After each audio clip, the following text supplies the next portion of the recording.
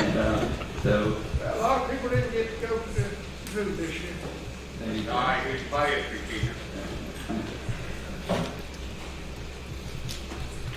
This ought to be interesting. See if I can stand up here. Can you hear? We sure can. Yeah.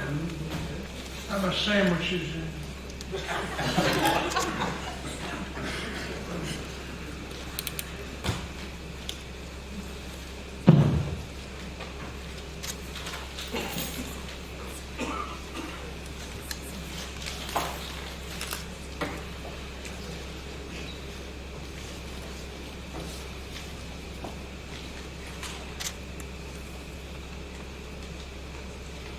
I also always need some show and tell things.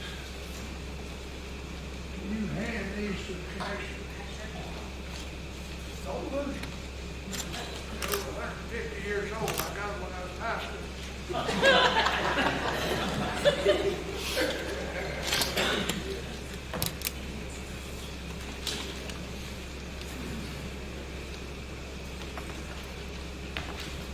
You know what you're looking at? Mini balls. Yeah. More about this later.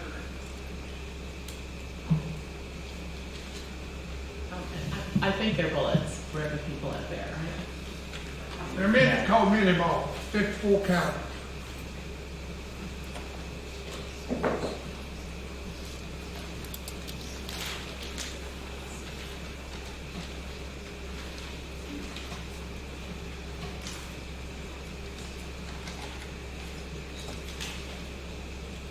This is the same word.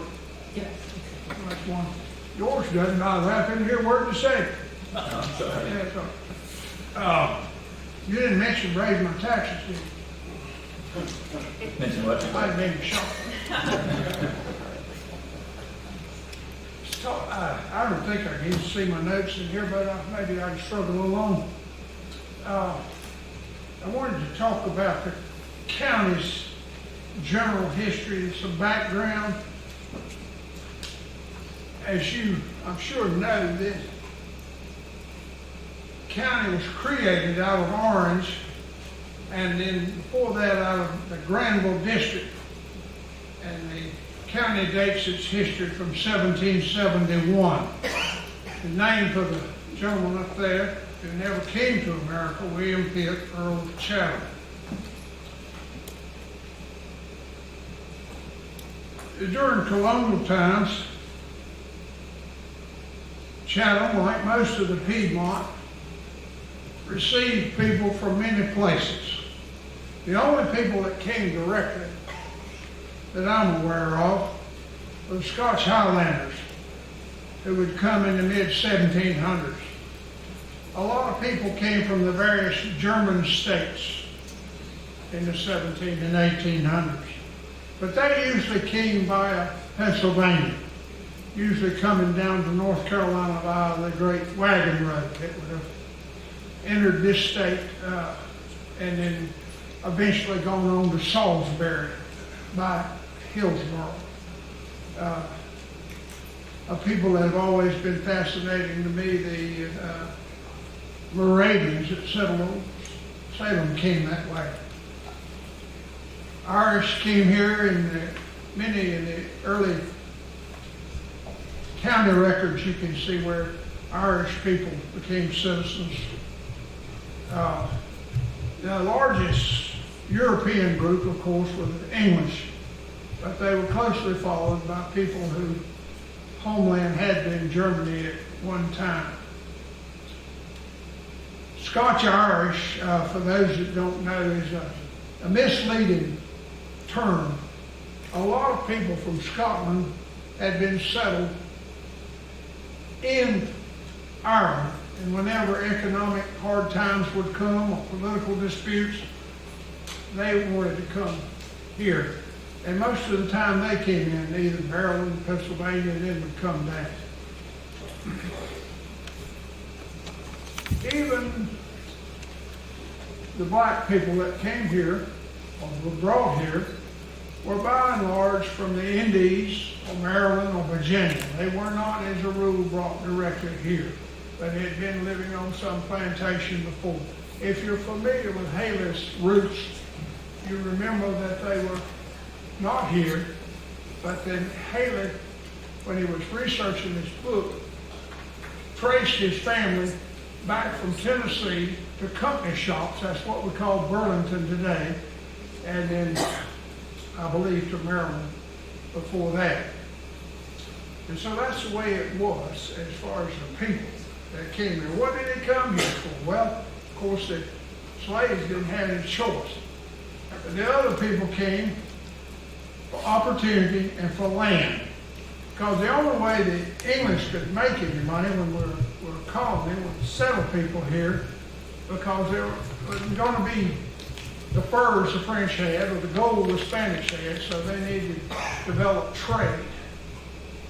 And that's one reason why they were so generous in giving away land. These people that received land early, they weren't well-to-do nobility. The English would give anyone land, and if you were married, they'd give you some more. If you had children, some more. If you built a grist mill, some more. And so that's how they hoped to, the English hoped to make money by settling the English colonies. After independence, the way people earned a living did not change much. North Carolina was, and for a long time, an agricultural state. It had an agrarian economy. And we have basically three types of land. Along the coast, the coastal plain, you've got more sandy soil, flatter land, and it was more suitable for large farms and plantations. So that's where, for example, slavery took hold the most. As you came more into the Piedmont, on the way to the mountains, there'd be more small farms, the economy of small farms. However, in spite of the agriculture, in the 1800s, we were beginning to develop some industry. Primarily in things like textiles, production of fur hats, and of course, always hides from either beef or hogs. That was so plentiful that in the 1800s they actually had a hog hotel in Asheville where you could get a room, and then you had corrals for your hogs and a place to keep your dogs.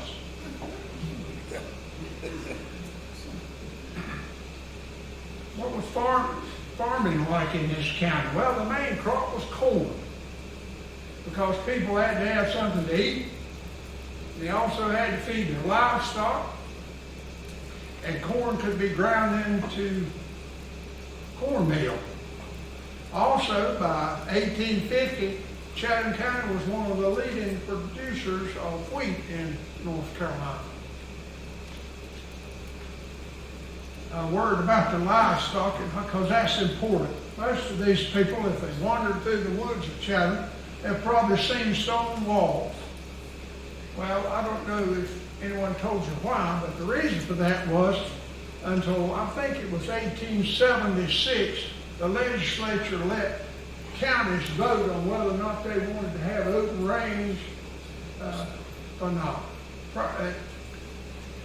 And I don't remember what year Chatham voted to have cattle and hogs enclosed, but for many years they just rambled loose. People fenced in their crops. They let the livestock, except perhaps for a milk cow or a riding horse or something, the majority of their livestock just rambled and had to do the best they could. The Piedmont especially was covered with oak forests, and the mountains had chestnuts. Now, the chestnuts would be there until about 1920 when the chestnut wiped them out. But that's how the livestock had to to function. They might have received some corn, but that's the way the agriculture was. People didn't make much money. Even planters and the aristocracy, a small percentage of North Carolina, had so-called wealth, land. They didn't have much money. And this would really be felt in the time of the Civil War. People depended on credit. Rich people had their factors that would buy their clothes or whatever they wanted in England. They'd be paid, and then they'd be broke again the next year when they harvested their crop.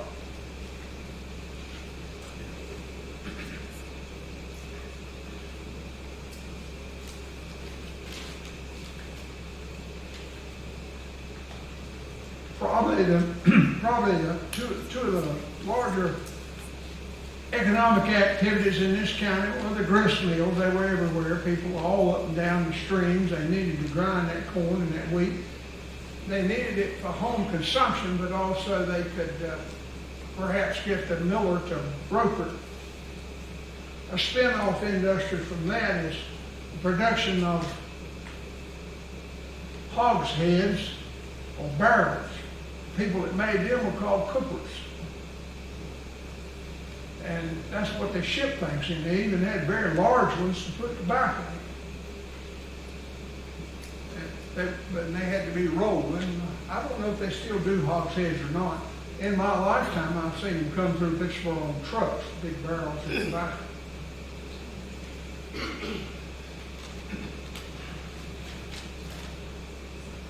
What about education? Well, if you lived in the 1800s, before the Civil War and even after,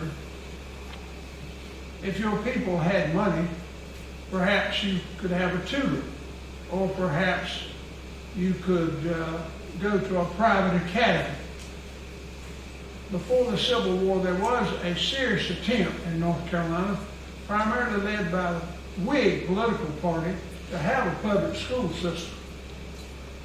And of course, the University of North Carolina is the oldest state-supported university in the nation, or at least we'd like to say so. Even though I think Georgia disputes that.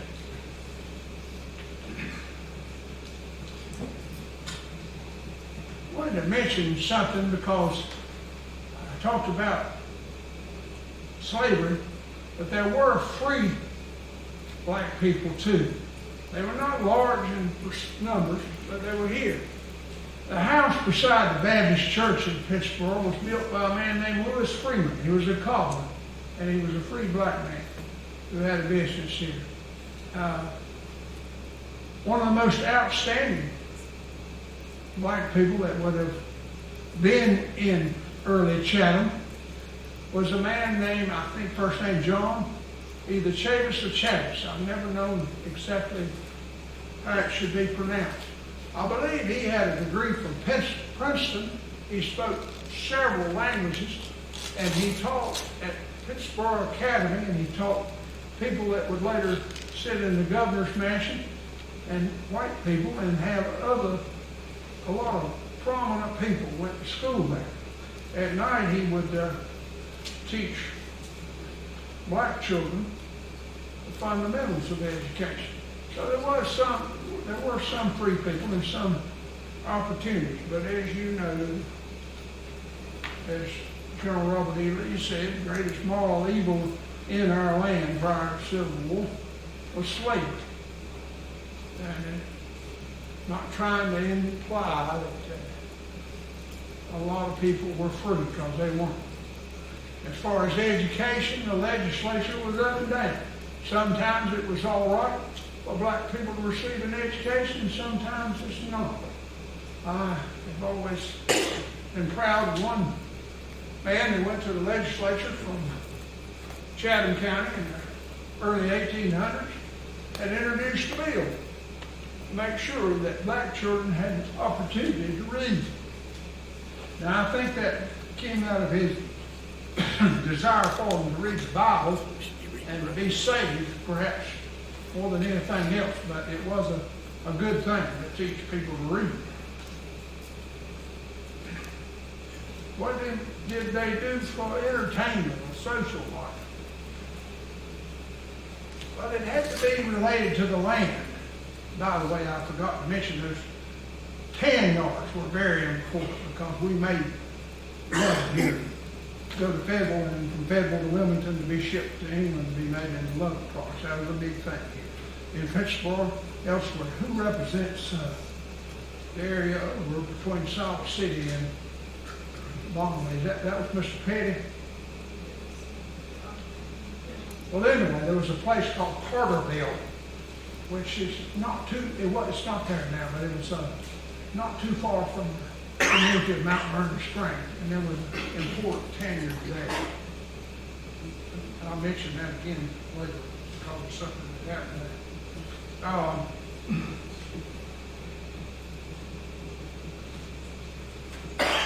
Francis Asbury said that when he came to have a revival over on Rocky River, only women and children came.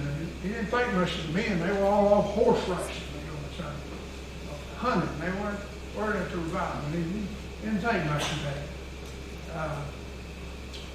Cockfights were held all over the county. It seems primitive to us, but they had them. I've seen an advertisement for one in Pittsburgh in the 1800s. It was still legal then. Horse races, hunting, fishing, just kids playing, not in organized sports, just playing and enjoying themselves, adults doing things. Of course, there were wheat thrashings and corn shuckings and things of that nature. They were work-related, but still they were fun and entertainment. I didn't mention churches. First people that set up churches were the Quakers, especially in the western part of the county. And there were serious Quaker communities over there around their churches. In the 1800s, one congregation wanted to go to Indiana where they thought they would have a better opportunity and so forth. The whole church, I guess, left. And they got out to Indiana, they said, well, what are we going to call our new community? And somebody said, well, let's call it after our old county seat. So there's a Pittsburgh, Indiana. If you follow stock car racing, I believe that's where Jeff Gordon's from, isn't it? Maybe.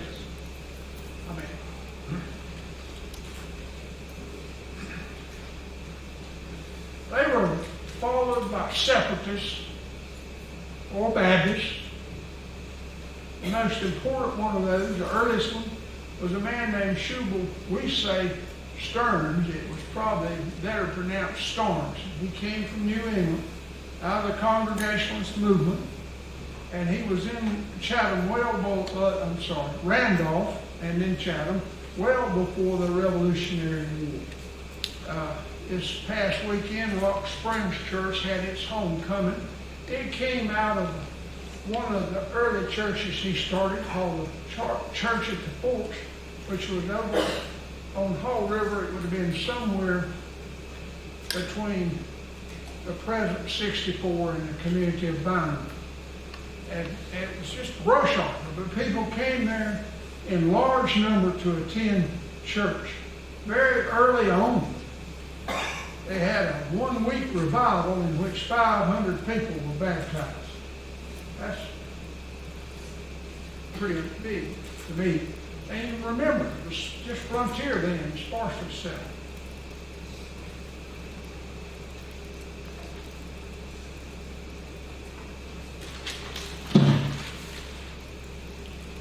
Well, I moved on to the Civil War. I'm sure I left a lot of things out. I spent a lot of time trying to put something together, but you know, it's hard to synthesize something and summarize it. That's one of the most difficult things you can do. We're talking about a lot of history, summarized, synthesized quickly. Remember, Chatham and most of the Piedmont or all of Piedmont, was the land of small farms, not large plantations. Trouble between the states and over the issue of things like states' rights have been around for a long time, long before the hotheads in South Carolina started talking about secession. You know where they talked about it? Massachusetts and Rhode Island. And they had a convention up there called the Hartford Convention way back in the era of Jefferson and Madison over the embargo. And they talked about states' rights, and they didn't have to obey a federal law if they didn't like it, or didn't think it was constitutional. Imagine that. I don't mean to offend anybody from Massachusetts, but then again, I enjoy it. But,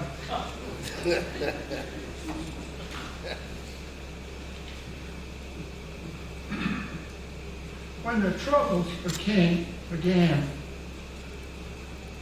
between the North and the South, North Carolina was not interested in this sort of thing. They just were not. Someone said at the public hearing that they voted against even having a secession convention. They did. And Chatham County voted that way. There's more to talk about that. And don't see me, I don't know if the print is so small here on this copy of a letter that went from Love's Creek. You don't know where Love's Creek Baptist Church is. Just a couple of small paragraphs. They had a meeting at Love's Creek, and it was well attended by a lot of people. I get ahead of myself. I forgot to mention the Methodists. They followed the Baptists, and they would then be followed by Episcopalians and Presbyterians. I once asked Jane Powell, I said, why were they late coming? She said they were waiting on a train.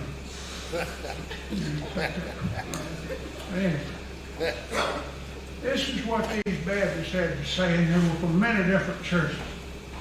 That although we regret the hasty action of our sister state of South Carolina, we believe that the federal government has no constitutional power to use coercive measures to compel her to remain in the Union. I mean, it's what it said. At the very end, a speaker said, before this went to the Raleigh Sentinel and the newspaper and Federal, the speakers expressed an earnest desire that the Union should be preserved. I mean, and this is, South Carolina had already fired on something. And people, a lot of people at a church meeting in Chatham were talking about preserving the Union.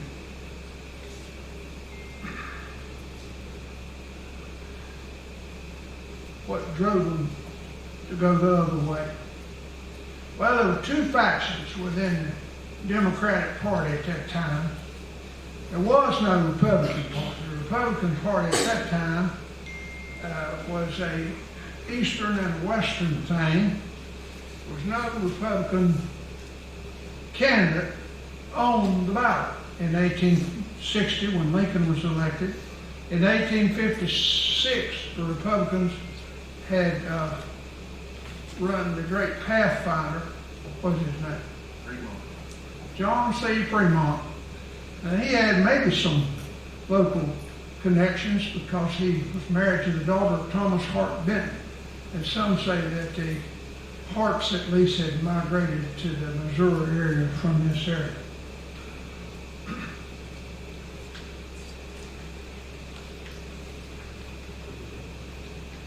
The two parties before the Civil War here were the Whig Party, which elected a lot of people, and the Democratic Party.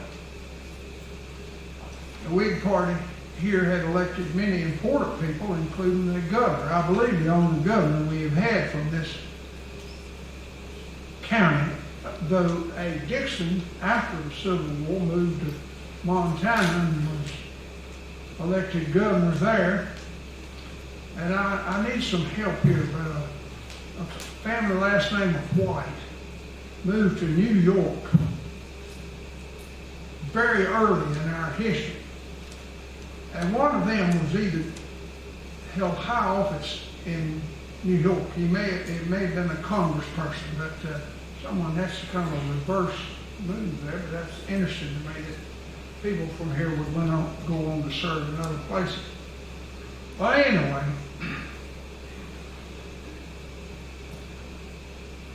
Zeb Vance, who became much loved by some people in this state and lead the largest regiment raised in North Carolina, the 26th, 2 companies being raised in Chatham County. Vance said he was at a meeting pleading for reconciliation when word came that Lincoln had called for 75,000 volunteers for 90 days to invade the South and to march on South Carolina. Governor Ellis at that time told him he would get no troops from North Carolina. This just inflamed people in this state. Now, it's hard for us to understand in the era that we live in how important states' rights were to people. I don't care if you lived in Vermont or New Jersey or wherever you live. Keep in mind that after the terrible Battle of Gettysburg, some northern governors petitioned the Defense Department to disinter soldiers that had been killed and buried and segregate them by states because they didn't want their sons buried in the same cemetery necessarily with people from the neighboring state. That's not a north-south thing, is it? And, you know, every now and then I'll still hear someone, maybe from California, say something about states' rights in the day's time. But they were so important to so many people back then.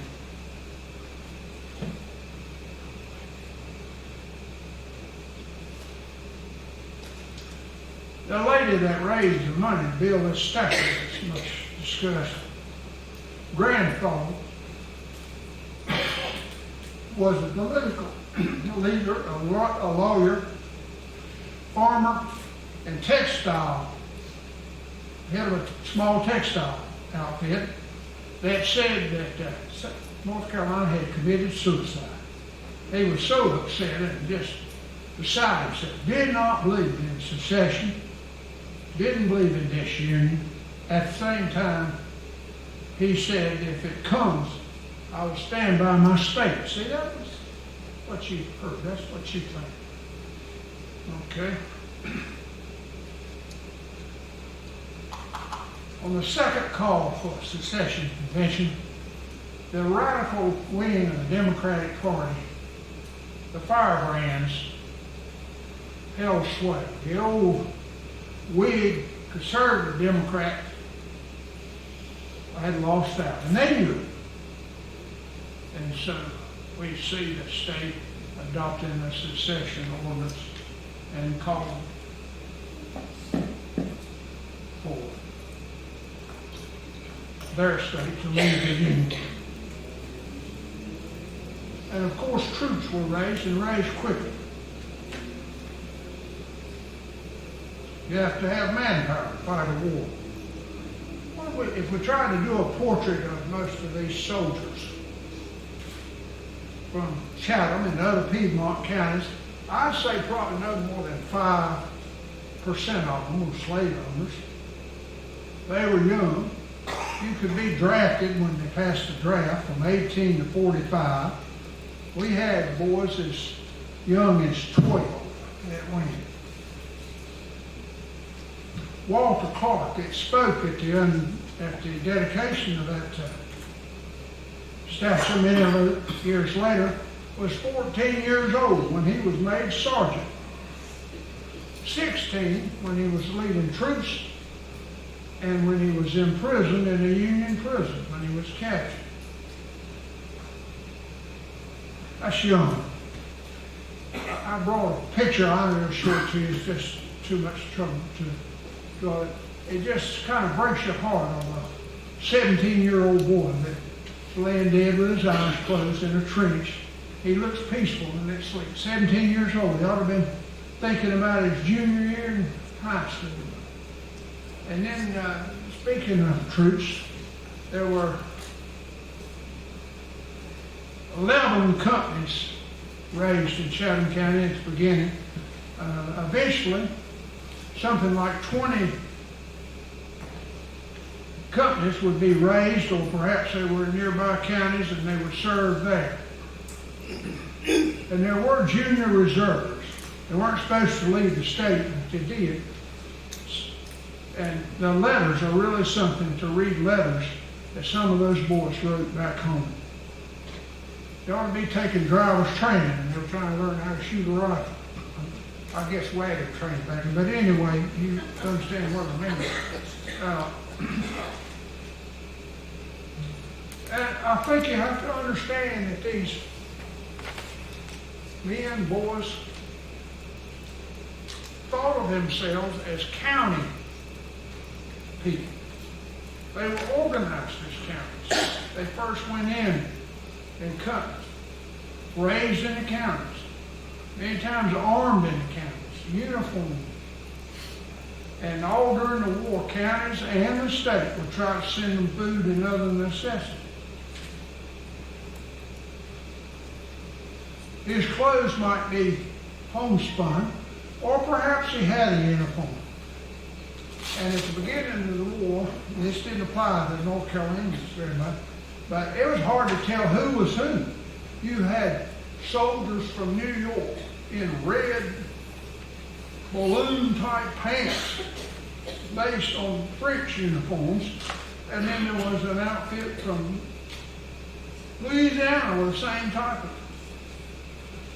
uniform. And you had men fighting for the Union in gray uniform. You had folks in blue coloration in the South. It was just somewhat confusing.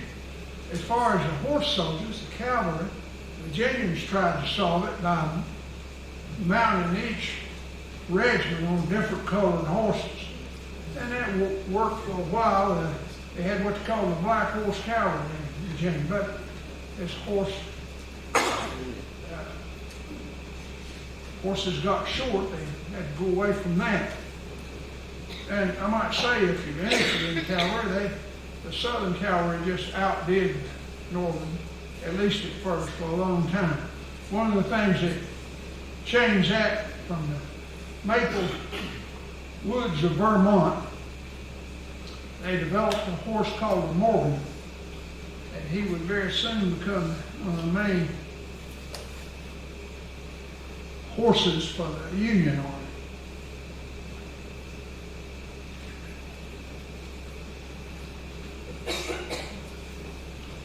I wanted to talk about equipment just a minute, and then some battles. I need to mention how complex this thing was. After one battle, the officer that was pursuing Jeb Stuart and his cavalry was his father-in-law in the Union Army. George Thomas, the Rock of Chickamauga, that saved that battle from the Union, was from Virginia. I think Farragut, that ran the artillery barrage and took Mobile, I think he was from Virginia. What about the lady in the White House? Mary Todd Lincoln. I believe she had 5 brothers and 4 brother-in-laws and vice versa. Anyway, they all fought for the Confederacy. And the brother that she had named her oldest son for, Robert Todd Lincoln, was killed at the Battle of Franklin in Tennessee. And she had her brother-in-law killed.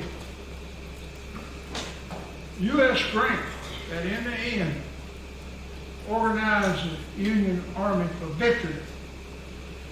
Wife, voted wife, they were a voted couple. Maiden name was Dent.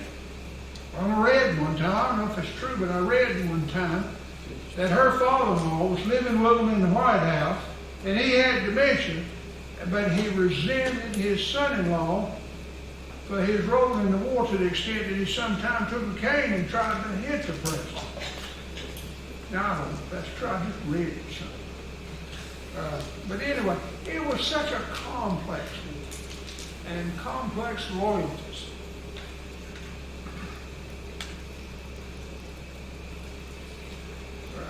The reason I gave you those mini balls to look at is because the average soldier, the most important weapon in the Civil War was a rifle.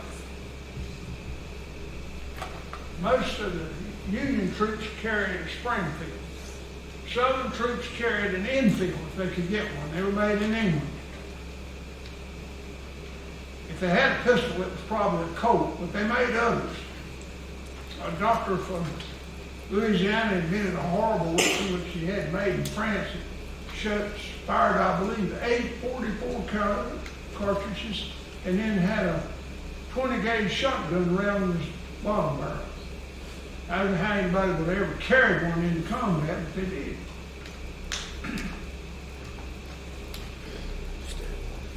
The northern troops liked to use bayonets. The southern boys didn't care much for them.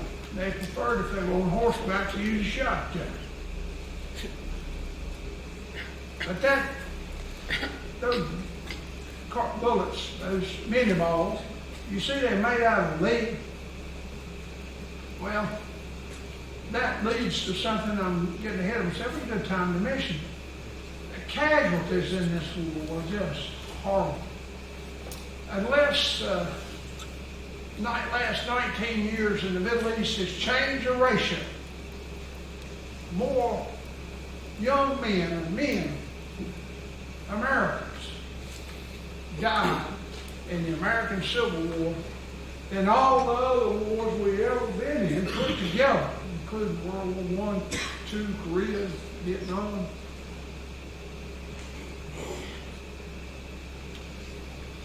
I have notes, but in the interest of time, I just like to mention a few.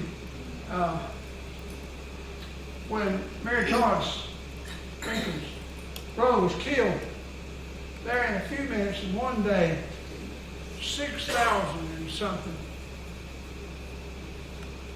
Southerners fell in the Battle of Franklin. 5 generals beside him.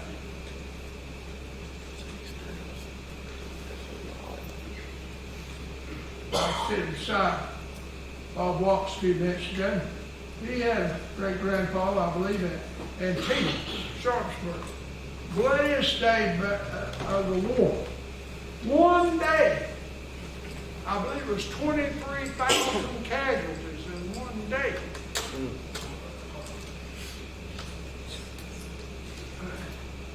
Gettysburg, 3 days, 40,000 Americans. Not all dead, some wounded. Mention the 26th Regiment, the largest regiment recruited in North Carolina. 2 companies from Chatham County. One of the companies in that regiment, the 8 companies, only had 3 men that had not been hit by battles closed in July 4th that day, at that time. They say that the 26 lost more men than any other company, north or south, in the Civil War. Is it any wonder that perhaps those that survived and families and so forth wanted to recognize their devotion or their courage or their loss after the war?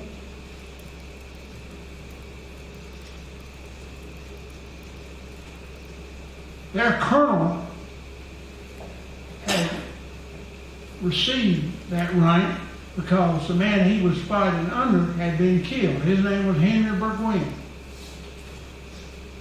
That man's name was John Randolph Lane. He was a farmer. He had risen from private to colonel. He was reared near Brush Creek Baptist Church, almost into Randolph from Chatham. I'm going to read you something he said, if you'll allow it here in a minute. There's so much that I think we need to know, and one of the things that bothers me, whether it's this issue or any other, we don't need to erase history in America. We need to learn from it. I don't care what it is. We need to learn from it. I feel so strong about that. I gave much of my life to that cause, and here I am, 79 years old. What is it to say? Anyway, here I am up here trying to stand up here and talk a little bit about this history. At Cold Harbor, late in the war, Grant lost something like 7,000 men in 20 minutes. In northern newspapers, they later came to love him, but at that time they were calling him the butcher. A lot of those young men pinned their name on the back of their coats so that perhaps their families could be notified if they didn't make it. There was one place there after the war, after Cold Harbor's battle, where they just piled the dead up. They frequently did that. And sometimes after the battle, they couldn't bury it. The armies moved on. And it wasn't just that. Robert E. Lee wanted to, no doubt, to come to his youngest daughter's funeral. She had died near Warrenton, North Carolina. She had a lot of health problems, and her mother had brought her there for the health spring, and she died. He couldn't go, and neither could any of his sons. They were in the war, in battle. I don't want to belabor death and destruction, but it was awful. Another example, 25,000 men from the North died in the Confederate prisons. We had one in North Carolina, Salisbury. The worst one was in Andersonville, in Georgia. Keep in mind, with the destruction of railroads, Southern government couldn't feed its people or its army toward the end, much less prisoners. And when they stopped prisoner exchange, it created a lot of destruction there. On the other hand, there was no excuse, I don't think, that 26,000 Southern men died in Union prisons. Like Lookout. I mean, not Lookout, but Fort Douglas, Camp Douglas. And there's one there not far from Washington. I can't even think of the name of it. I've got it written down here somewhere. Lookout. Yeah. And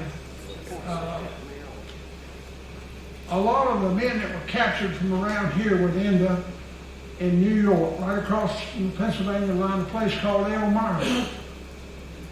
26,000 dead. Many times they cold and lack of medicine, food, earlier wounds, they just didn't make it.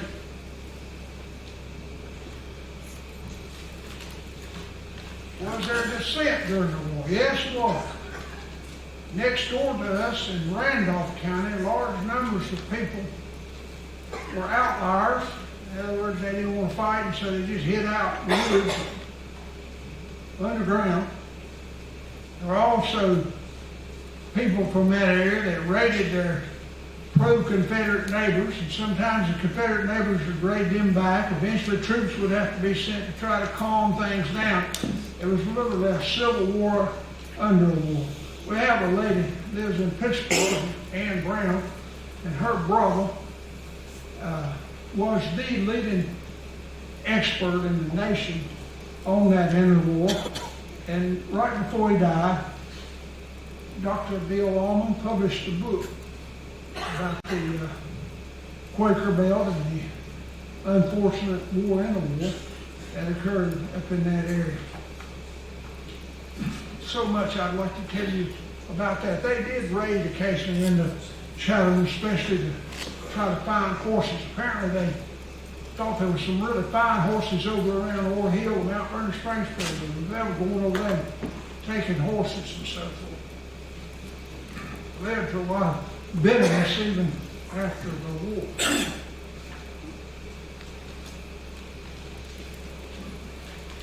I didn't tell you a while ago, because I can't read my notes, altogether, I talked about all the wars put together. Over 600,000 Americans died in the Civil War. If I did my math right, that would be like something like 7 million people if they were in a war today that would die. We never had anything like that. Even with the terrible carnage of 2 world wars.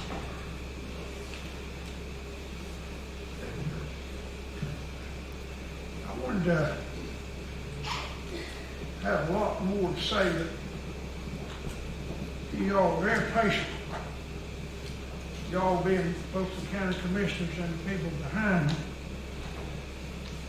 And I want to talk just a little bit about the monument, but I'm going to try to be just as objective as I can. When Grant was dying, after 2 terms as president, a man that had been a Confederate soldier briefly came to his rescue. The librarian, Mark Twain, Samuel Clemens, put up some money so that Grant, they didn't have pensions for presidents back then, and his wife could live in a hotel and he could write his memoirs. He had throat cancer, and he managed to finish it. You want to read about the Civil War, read his memoir. But this, as he was dying, is something Grant said. I tried to write it down. I feel we are on the eve of a new era where there is to be great harmony between federal and Confederate. I cannot stay to be a witness to this prophecy, but I feel it within me that it is to be so. I say this because of the kind feelings expressed to me each day, even though it might prove my last. But it seems to me the beginning of the answer to let us have peace. A day or so after he wrote that, he died. At his funeral were both Union and Confederate survivors.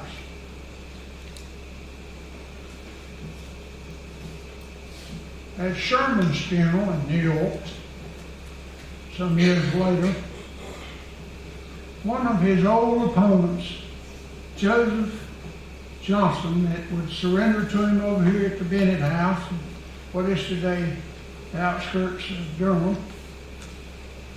came to be a pallbearer. Caught cold and pneumonia and died himself not so long after that. So many of these men who fought each other so difficultly, with so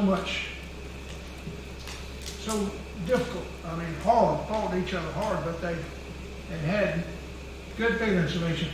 I can't find where Lincoln ever said anything really rude or ugly about any individual. He might have used to walk the floors of the White House with those terrible headaches he had, and he would say, "Oh, where is Bobby Lee and those ragamuffins?" That was when Lee was still in command of both armies. You know, an old private in the Union Army said when Grant took over, he said, "Now General Lee won't be commanding both armies." Well, that's humorous to me. But anyway, and of course that last year when Grant was in charge, it did end with Appomattox. But it was, again, carnage. Grant lost more men than Lee had in his army. Isn't that something? Talking about reconciliation, I mentioned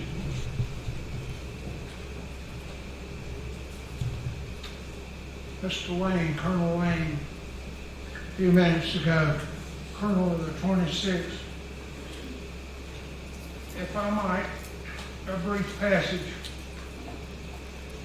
In 1903, 4 years before he would lead the parade at the dedication of this statue, and in which his little grandson pulled the veil from it,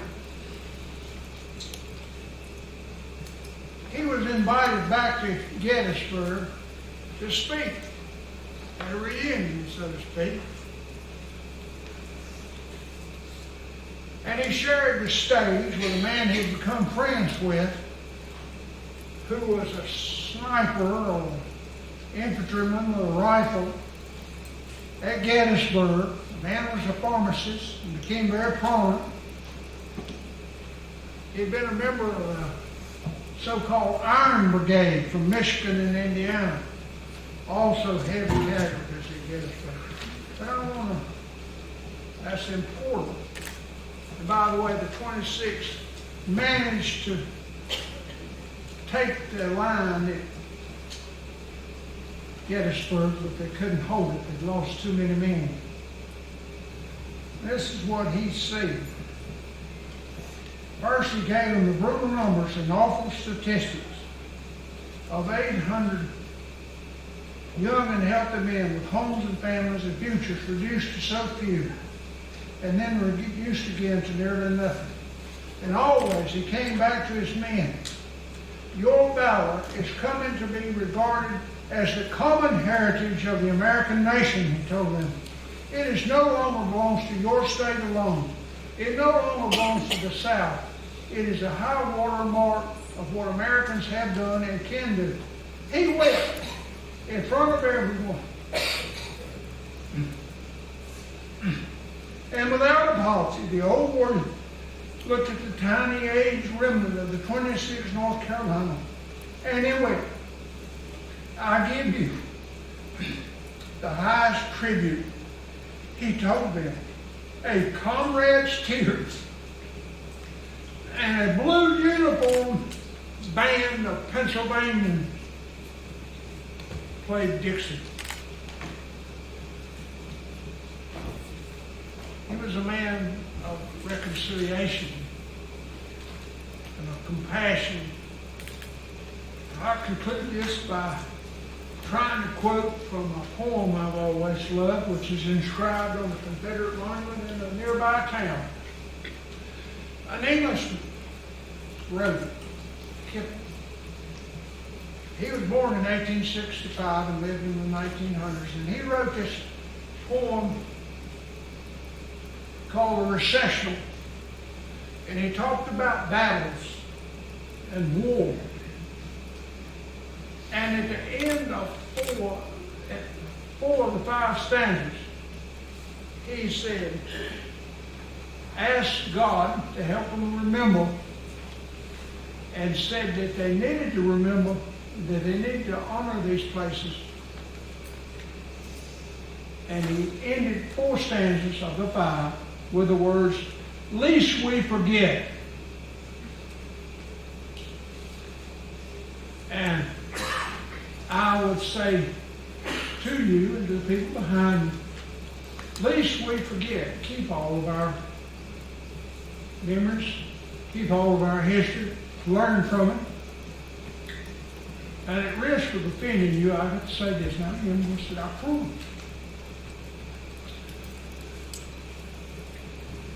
People said some pretty rough things at the public hearing. They said the statute, other things, whether it was all racism, white supremacy, that sort of thing. Well, I spent probably 6 hours yesterday in the day just reading and studying.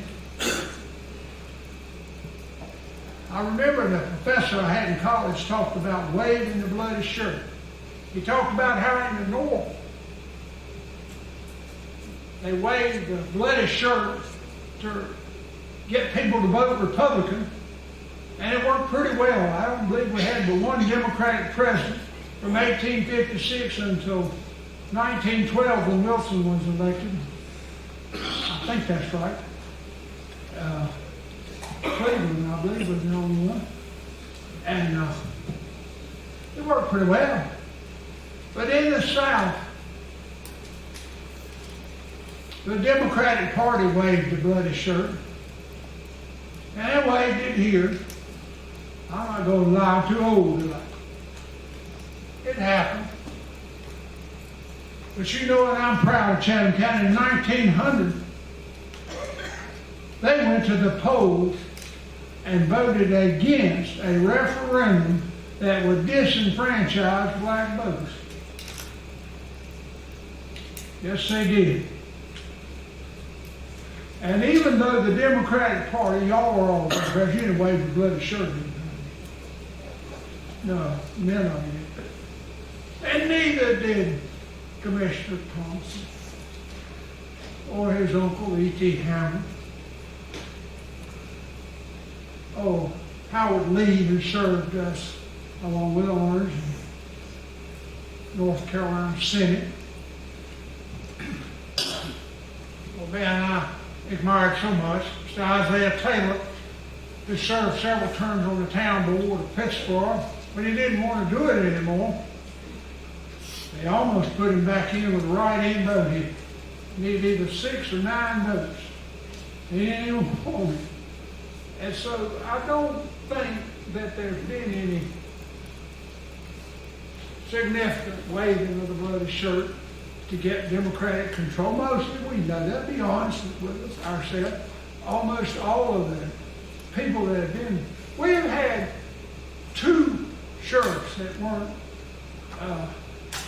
Democrats, I believe, one named Jennings and one named Johnson, and they were both as a result of the fusionist party when the Republicans and the farmers joined together against the Democrats. We had, I think, maybe one county commissioner that was a Republican until, I'm going to get there. John Grimes was elected to the county commission. He was the first one since maybe the fusionist era.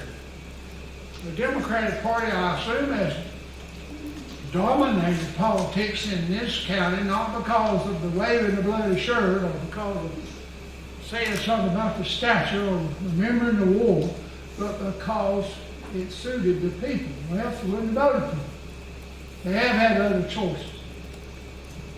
I didn't forget that second time I was ever able to vote, I hitchhiked from Greenville to Albemarle to vote in 1960. 1964, got to vote again, and Jim Gardner, a Republican from Rocky Mount, replaced, the devil was his name, he's from Nash County, Cooley, Harold Cooley, in Congress. But by and large, in elections, not because of racism or anything like that, people of Chatham County have chosen Democrat. I think we've got a growing and stronger two-party system, quite frankly. I'm glad of it. You need 2 parties. And I understood it, but I was sorry when Mr. Pettit resigned because I thought he had done a good job and was a good man. And represented people as best he could. Anyway, having staggered all over the world like Braxton Bragg or some of these other not so great generals, I'm going to conclude this, but I hope that you will.